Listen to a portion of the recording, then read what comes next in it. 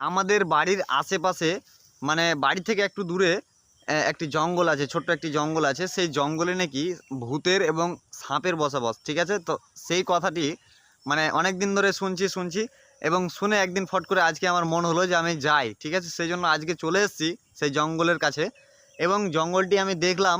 তো ভূত বলে তো কিছু হয় না ভাই, আমি সেটা বিশ্বাস করি না, কিন্তু সাপ দু একটা থাকতে পারে। যেমন ধরেন আপনার মানে বাড়ি ঘর আছে, সেরকম সাপেরও বাড়ি ঘর থাকতে পারে, ঠিক আছে, সেটা অসুবিধা নেই।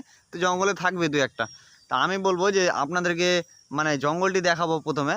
তো এই যে দেখুন জঙ্গলটি কীরকম, এই যে এটি হচ্ছে জঙ্গল, ঠিক আছে।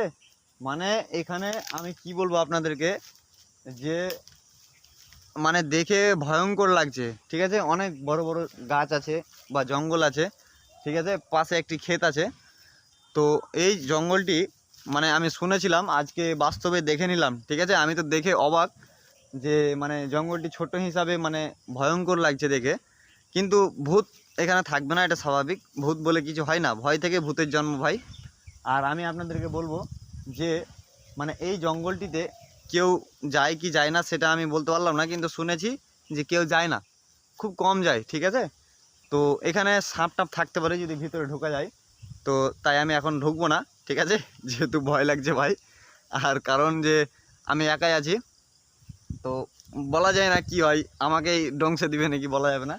তা আমি বলবো যে এখানে অনেক রিস্ক নিয়ে এসেছি ভাই। আর যদি এই ভিডিওটি ভালো লাগে তো অবশ্যই আপনারা সাবস্ক্রাইব করবেন, আর এই চ্যানেলটিকে সাবস্ক্রাইব করে অল নোটিফিকেশান অল করে দিবেন, ঠিক আছে। আমি জানি আপনারা ভিডিও দেখবেন কিন্তু চলে যাবেন, সাবস্ক্রাইব করেন না। সাবস্ক্রাইব করবেন ভাই, ঠিক আছে। তো এই জায়গাটা মানে দেখে এক হিসাবে আমাকে ভালো লাগলো, আর আমি যে এখানে আসতে পারলাম এটাও আমাকে ভালো লাগলো, ঠিক আছে। নাহলে তো কেউ আসেই না ভাই সাহস করে, ঠিক আছে। দেখেন কীরকম জঙ্গল। আর আমি ভিতরে যাব, ঠিক আছে, অন্য একদিন আপনাদেরকে দেখাবো। মানে আমি দুজন আসবো, আমরা সেদিন আমি যাব, আর এখন যাব না, ঠিক আছে।